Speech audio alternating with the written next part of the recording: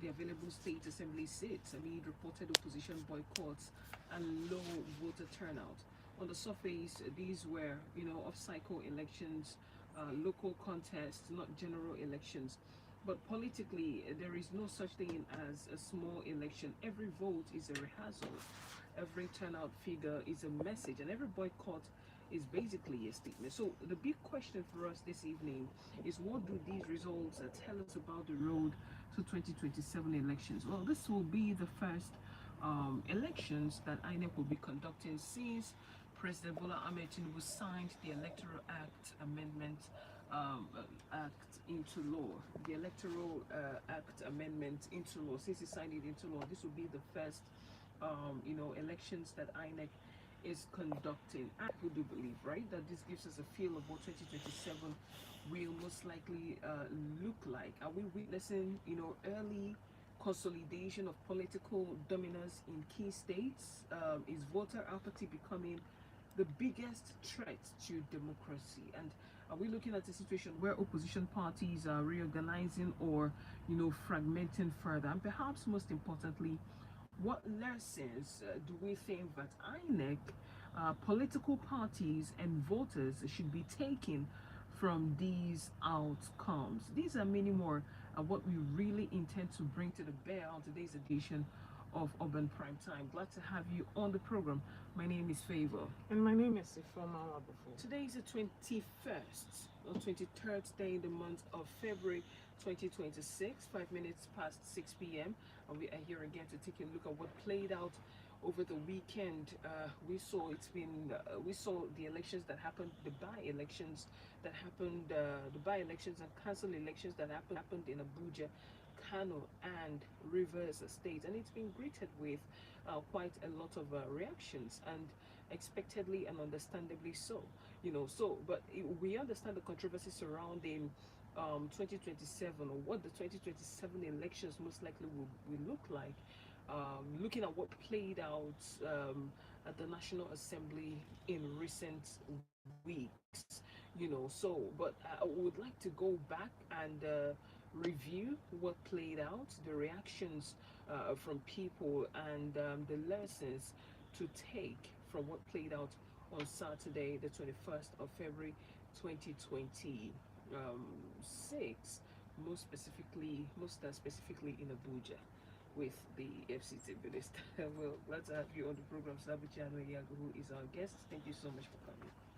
Good evening, Favor and the former. Thank you for having me here. How you doing? I'm fine. Are you? I'm okay. Well, you're welcome. First of all, the Abuja had to shut down from 8 p.m. on Friday to still 6 p.m. On Saturday, right? So a lot of people complained that they were disenfranchised because they could not access their polling units or their polling booths as a result of access routes, almost all of them being blocked. We also saw low voter turnout from the reports that we got and all that. In places like Kano, we saw boycotts of the election by opposition members, and at the end of the day, we see what the results are looking. APC swept almost all the positions. Just one position was left for a PDP, or should I say a PDP member won one position in Abuja, and that's Wawalada, right? So 5 out of 6 uh, uh, uh, electoral seats, APC took 5, and PD 5 out of 6, while PDP took 1. In Kano and Rivers, is APC all the way. So this, is this like a litmus test of what will most likely play out in 2027, looking at how that whole election went? Favor. Maybe I will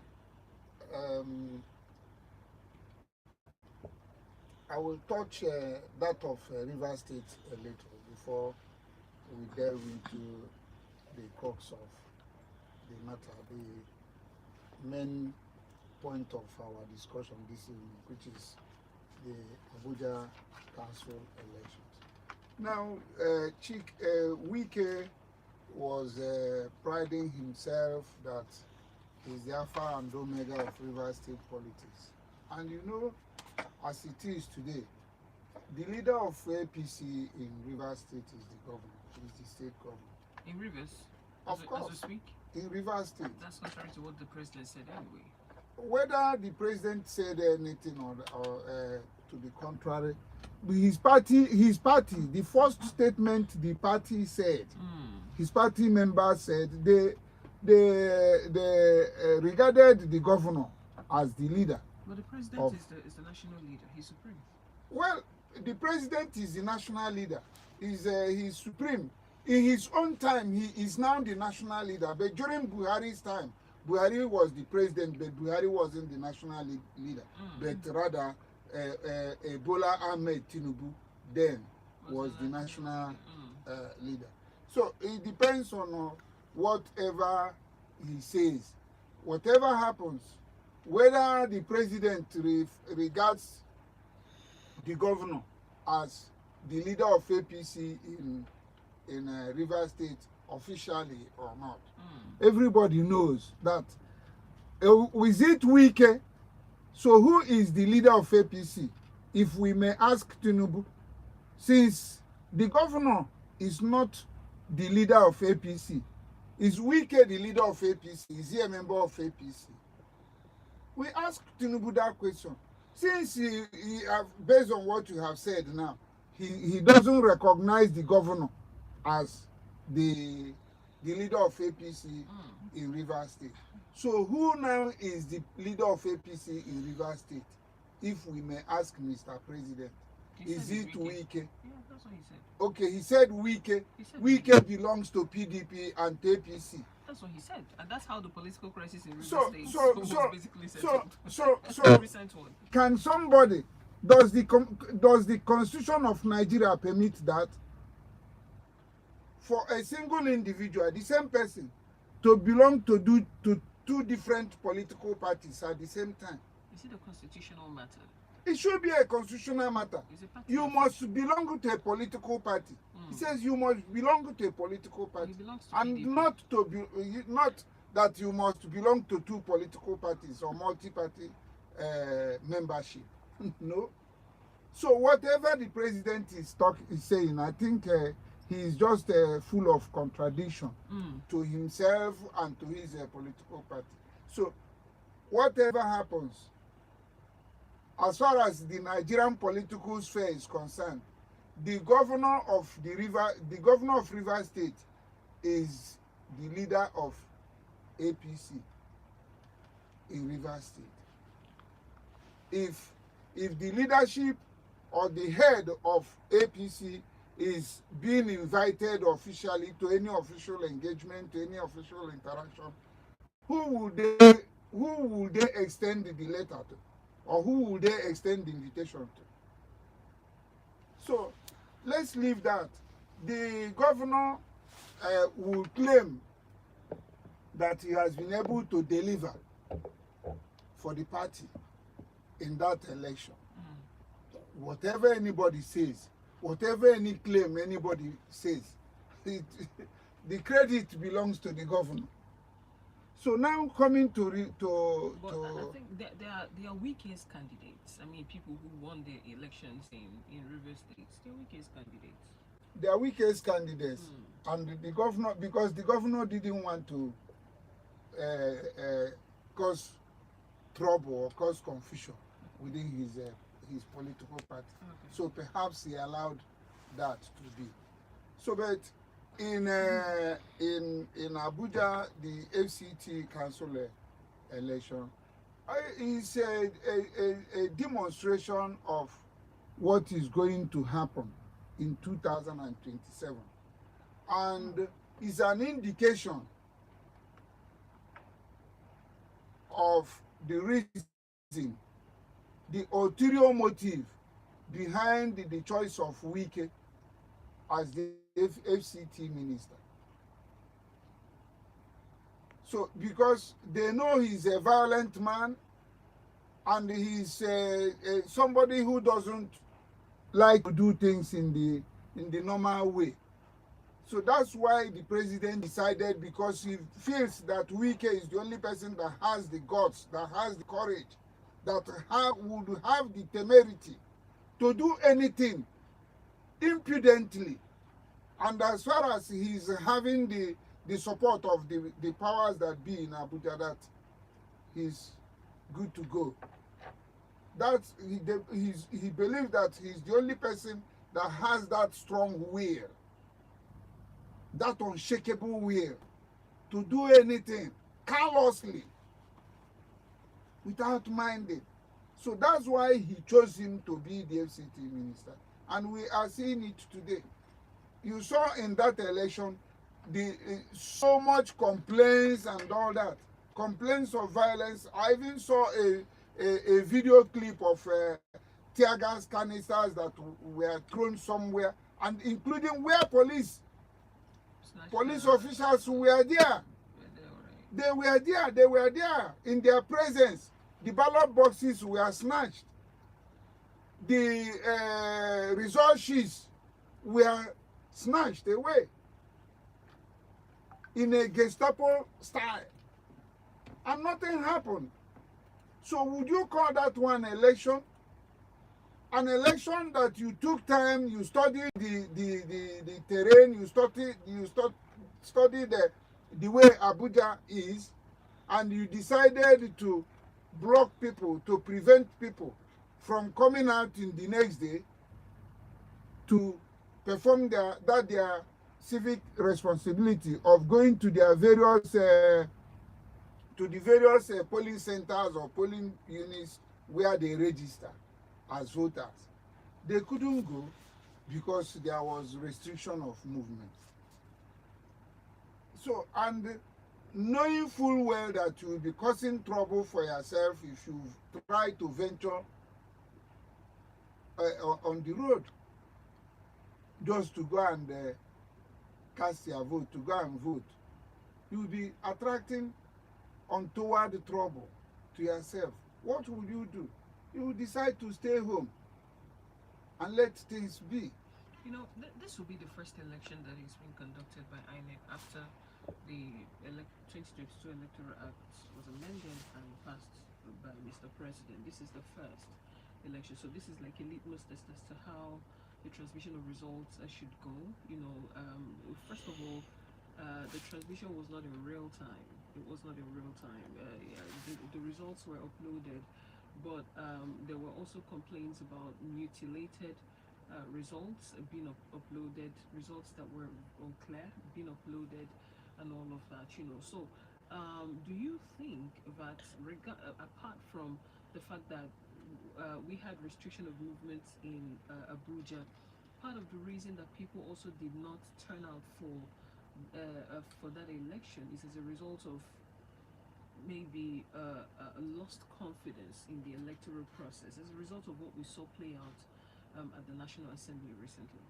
Of course, because that caveat, that proviso, that if, that word if this fails to function, then they will resort to manual transmission of election results.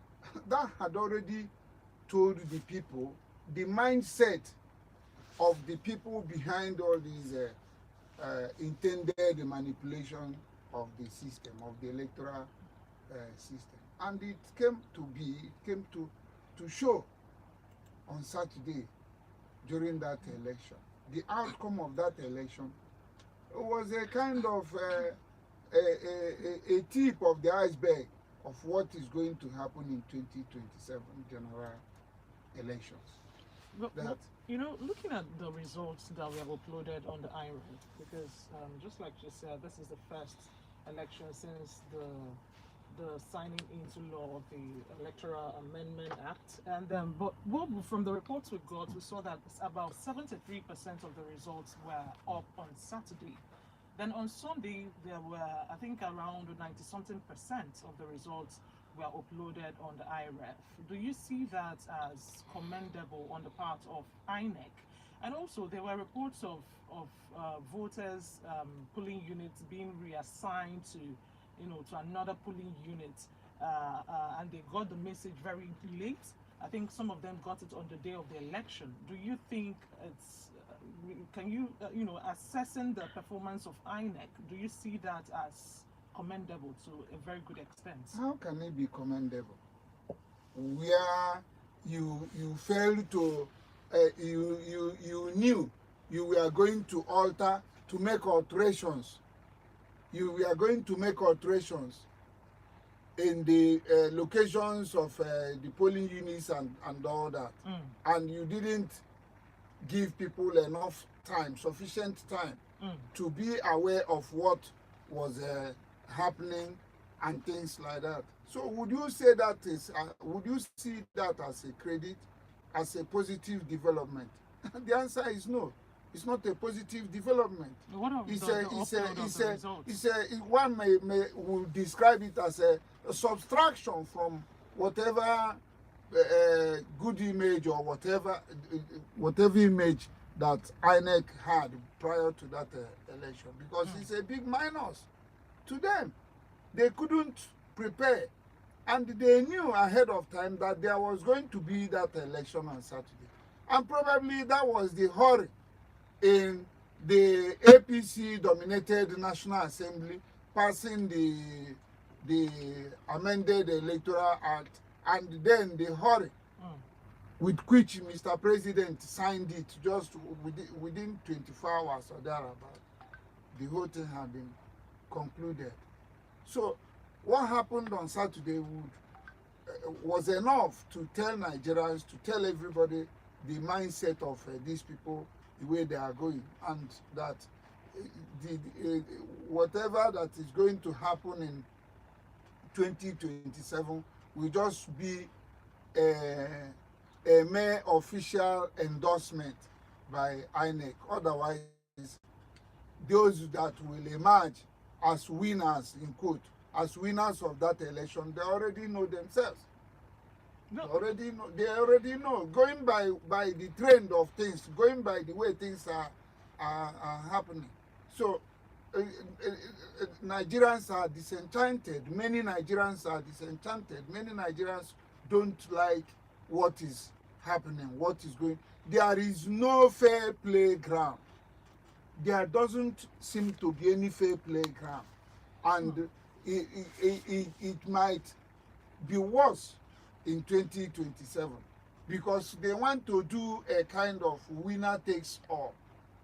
They are prepared, they are working towards that direction, and it's quite unfortunate for Nigeria, because it is, it is an election that is going to be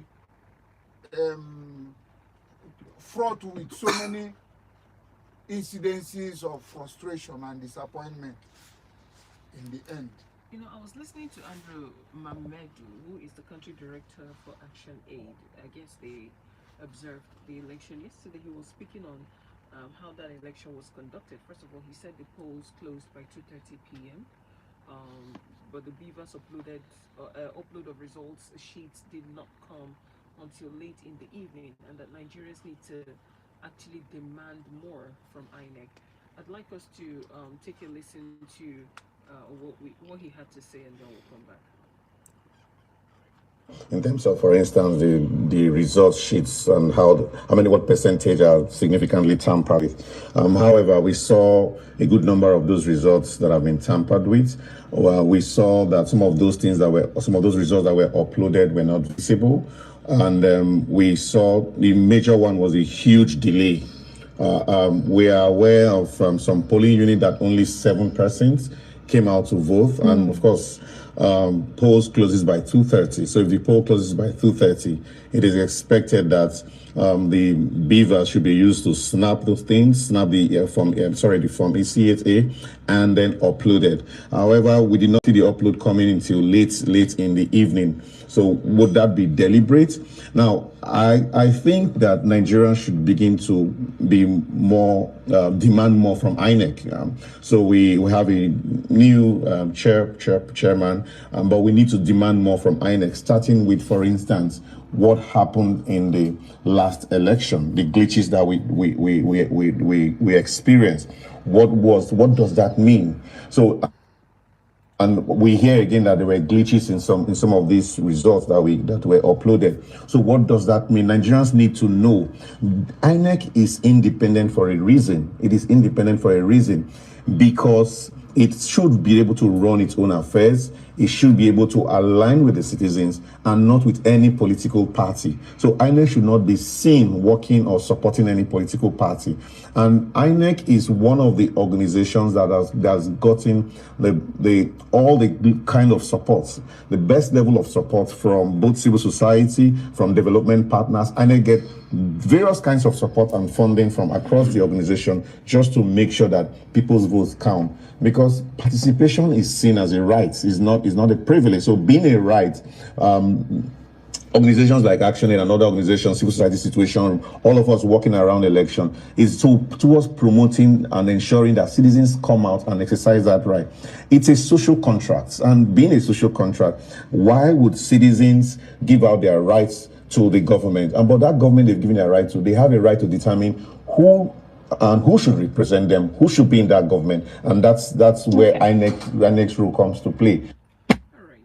Well, Andrew Mamedu, country director for ActionAid, speaking on the recently held council elections in Abuja, Kano, and Rivers State.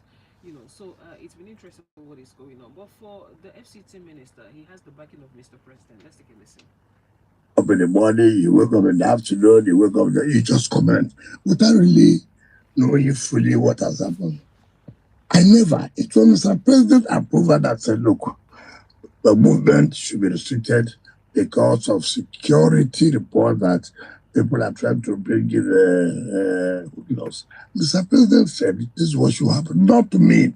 And he did not even read the speech.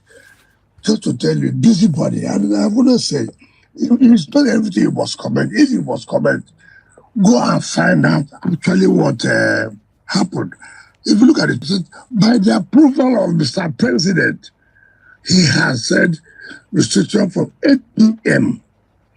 on Friday, and that we shall a work-free day, so they can go back to their various area councils and participate in the electoral process.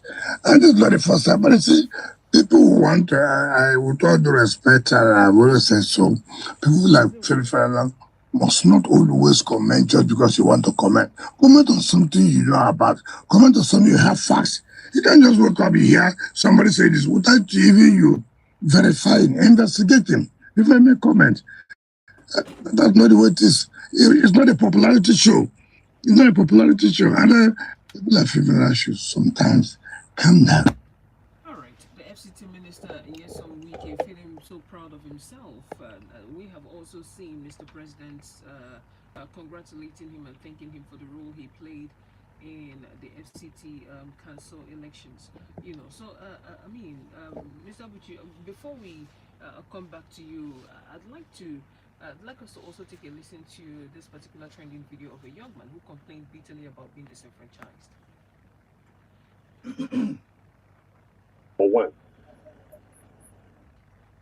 Zone 1. Since the inception of voting in the FCT, I normally leave my house for voting 5 a.m. to that place. But in Wike, the minister blocked all the access route to the FCT. 8 p.m. on Friday. Till the following day, 6 o'clock. Because he knew what he was planning.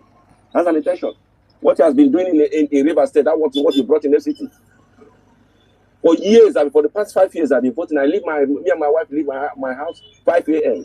We'll go and step to that place till 8 a.m. when the election will start. But Friday, so not entry to FCT. It's very unfair. Very, very unfair. Well, the minister has already done what he wants to do. He has fixed all the people he wants to. It wasn't a free and fair election, as far as I'm concerned. Because many percentage of people who worked in the FCT live in the Maraba, which most of us, we are paying our tax to the national state government. The government is aware. 60 or 65% of workers in FCT live in Maraba. All right. Well, when you also sample other opinions. I mean, a lot of people also do feel just about the same way. I was in contact with a reporter who worked with a sister radio station in Anambra State. She covered the election, and one thing was very consistent with what she kept on telling me, which is the low voter turnout on Saturday. Which is a reflection of what will most likely happen in 2027. But listening to the FCT minister, he said he had the authorization of the president, that it was the president that said he got intelligence that they were planning to bring in hoodlums into Abuja. And so that directive was given for restriction of movements to start from 8 p.m. on Friday night till the next day. I don't know what you make of that, and Mr. President already congratulated the winners and also congratulated the FCT minister for the role he played.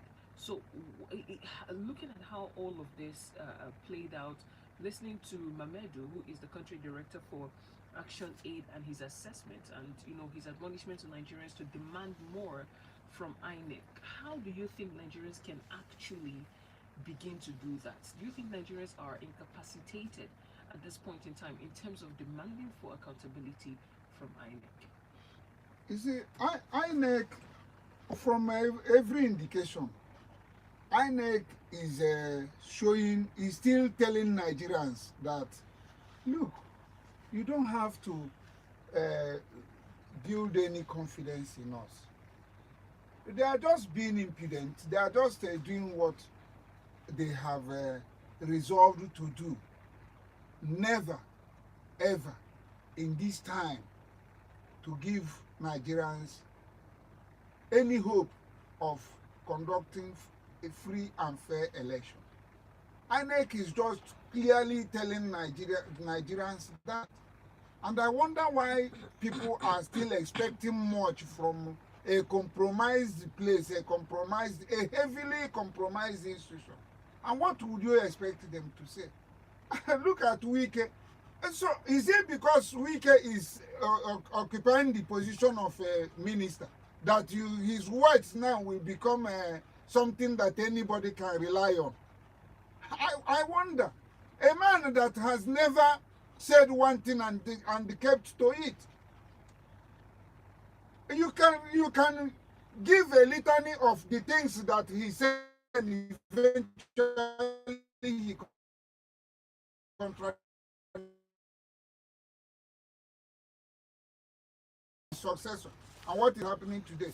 Was it not Wike that said all manner of things against APC? Is he not working for APC, the same party? And so many other things that he said. And that's why even the school children look at him and they laugh, because they know him as somebody that you cannot rely on, let alone taking his words. The only words that you can take from him is words of maybe violence, words of doing things in the wrong way, in the wrong manner. Then you begin to rely. If he tells you that, oh look, this election is going to be rigged, just believe him. See, given the political atmosphere in Nigeria, we already understand how politics is played in Nigeria. The handwritings are on the wall for everybody to see. Do you think the opposition should have been more prepared, or should be more prepared, or this should serve as a sign for them to take the 2027 elections a little bit more seriously? Because looking at the results that were uploaded, some of them were mutilated. You now begin to ask, where were the party agents when these results were signed, or when these results were mutilated, or did they sign and then they left? And because the idea is for the results to be signed by all party agents, after which it will be uploaded. Even if there is no network, it gets to where there is network and it drops on the IREV. I don't know. So nobody is going to spoon feed anybody. For people that consider themselves opposition parties, what do you think they can do? What role do you think they can play if they actually want to be in the game come 2027? Yes, Favor, your observation is quite correct. The opposition doesn't seem to be well organized or well prepared to in the struggle to take over from APC. The way things are going, they are not proactive, because they ought to have been proactive about this thing, knowing the kind of character that is the FCT minister. They ought to have prepared for anything.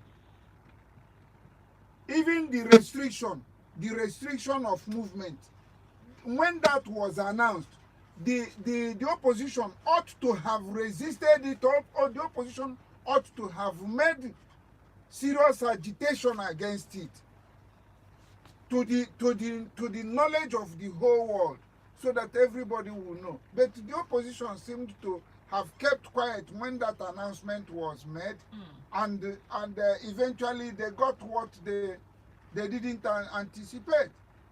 So the opposition seems to be just talking, or making loud noise, like somebody would say, locomotion without movement or something like that. So what political parties do you consider opposition as it stands now? Is that what? The political parties you consider to be opposition as The it stands right now? the political parties considered to be opposition this time, the visible ones. You talk about PDP, you talk about ADC, you talk about NNPP in Kano, even though the governor had defected to APC, you still give them credit, because it's not everybody that defected with the governor. Then you have Labour Party, they still have some elected positions in some places in the country. So these are the political parties: Accord political party, Accord party. These are some of the visible ones that one can say they are opposition political parties. They ought to have galvanized their energy. They ought to have pulled their resources together, and knowing full well that APC has become a kind of a monster to the country, and they should battle APC not with kid gloves. They ought to have been very seriously, organize themselves, and then confront the challenge, because it's a challenge. So knowing full well again that the man they have as FCT minister is a very stubborn character, is a very impudent person. So they ought to have known what to do to face that challenge, because it's a challenge anyway. Favor and the former, you know that in Nigeria, in terms on issues of local government council elections, it is always the party in power in that particular state or in the FCT that takes all. It is always like that. Even though that it was INEC that conducted that election, but INEC played the role of state electoral commissions in that particular election. So it's a matter of he who pays the piper in that place dictates the tune, like you have the same scenario in the states. All right. I don't think there is any state where the governor, it is always the party to which the governor has sympathy that clears the polls, in quote, clears the polls in local government council elections, from chairmanship to councillorship positions. All right, Sabuchi, I will take you back to voter apathy. Though many people believe that there was a low turnout of voters on Saturday, but INEC seems to share a different stance on it, because they are comparing what they had on Saturday to what was obtainable or in previous years. Like on Saturday, they said they had a 15% voter turnout, right? Then in previous elections, they had about 9% to between 9% to 11% voter turnout. And to them, they feel that this is an improvement from what has been going on over the years. Do you agree with them? INEC may say anything, but given the peculiar circumstances of Nigeria as it is today, it's not the same thing as what happened, maybe as to what happened during the last council polls in the FCT. Today, Nigerians are frustrated, Nigerians are disenchanted with the party at the center. The Nigerians are not happy with the way they are being governed, with the way they are being ruled. Nigerians are disenchanted with the situation of things, with their present condition of living. Majority of Nigerians, so much economic misery, so much economic hardship, and so much state of insecurity. So you cannot compare then and now, or begin to use the present to equate the past. In the past, one might say things were better, but